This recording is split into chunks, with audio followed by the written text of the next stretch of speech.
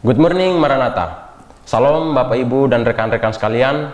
Bertemu lagi di hari ini, Rabu, tanggal 8 Oktober 2025 untuk kita mendengarkan dan merenungkan akan firman Tuhan yang berjudul berbuah atau dikutuk. Sebelum kita mendengarkan firman Tuhan, mari terlebih dahulu kita berdoa meminta kekuatan daripada Tuhan. Kita berdoa. Bapa di sorga, saat ini kami bersyukur atas kesempatan yang Tuhan masih percayakan buat kami, sehingga pada saat ini kami masih berkesempatan untuk mendengarkan dan merenungkan firman-Mu. Berfirmanlah karena kami siap mendengarkan akan firman Tuhan. Terima kasih Tuhan, hanya di dalam anak-Mu Yesus Kristus kami berdoa kepadamu di sorga. Haleluya, amin. Berbuah atau dikutuk, yang terambil dalam Markus 11 ayat 12 sampai 14, yang dilanjutkan ayat 20 sampai 24. Sesungguhnya aku berkata kepadamu, siapapun yang berkata kepada gunung ini, terangkat dan terbuanglah ke dalam laut, asal tidak bimbang hatinya, tetapi percaya bahwa apa yang dikatakannya itu akan terjadi, maka hal itu akan terjadi baginya. Markus 11 ayat 23. Saat ini kita mempunyai sebuah tanaman yang sangat kita harapkan dapat menghasilkan buah yang baik atau bunga yang indah. Kita sirami dan rawat dengan baik, namun tanaman itu tidak menunjukkan hasil berupa bunga atau buah seperti yang kita harapkan. Hanya daun saja yang ada pada tanaman tersebut. Bagaimanakah reaksi kita terhadap tanaman itu? Seperti pohon ara yang hanya berdaun lebat tetapi tidak menghasilkan buah yang dapat dinikmati, sehingga Tuhan Yesus mengutuk pohon ara tersebut. Dalam kehidupan ini kita seringkali meragukan akan kasih setia Tuhan. Kita sudah berdoa tapi tidak ada kesungguhan. Kita tidak yakin dan bimbang saat berdoa, sehingga seringkali doa itu hanya menjadikan Tuhan sebagai pelayan. Kita berdoa dan meminta, tetapi doa itu mengambang.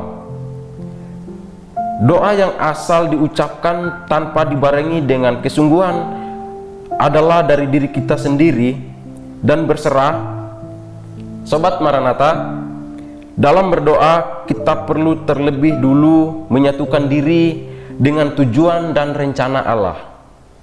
Karena sebagai manusia, kita tidak dapat berdoa dan beriman melalui kekuatan kita sendiri.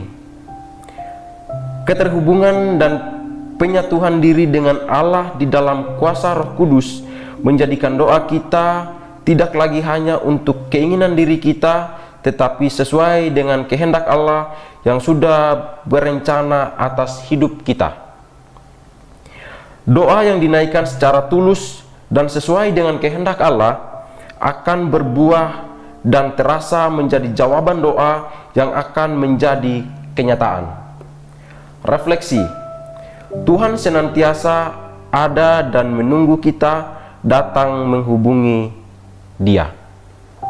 Pertanyaan pendalaman: sudahkah Anda senantiasa terhubung dengan Allah kita melalui kuasa Roh Kudus saat datang berdoa?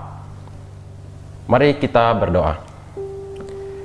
Tuhan Yesus, terima kasih saat ini kami sudah mendengarkan dan merenungkan akan firman-Mu. Berkati kami, biarlah kami bukan hanya menjadi pelaku, biarlah kami bukan hanya menjadi pendengar, tetapi sekaligus menjadi pelaku akan firman Tuhan. Terima kasih Tuhan, ampuni dosa dan pelanggaran kami. Hanya di dalam anak-Mu Yesus Kristus kami berdoa kepadamu di sorga. Haleluya, amin. Visi misi Universitas Kristen Maranatha. Visi: Universitas Kristen Maranatha menjadi perguruan tinggi yang mandiri dan berdaya cipta, serta mampu mengisi dan mengembangkan ilmu pengetahuan, teknologi, dan seni abad ke-21 berdasarkan kasih dan keteladanan Yesus Kristus.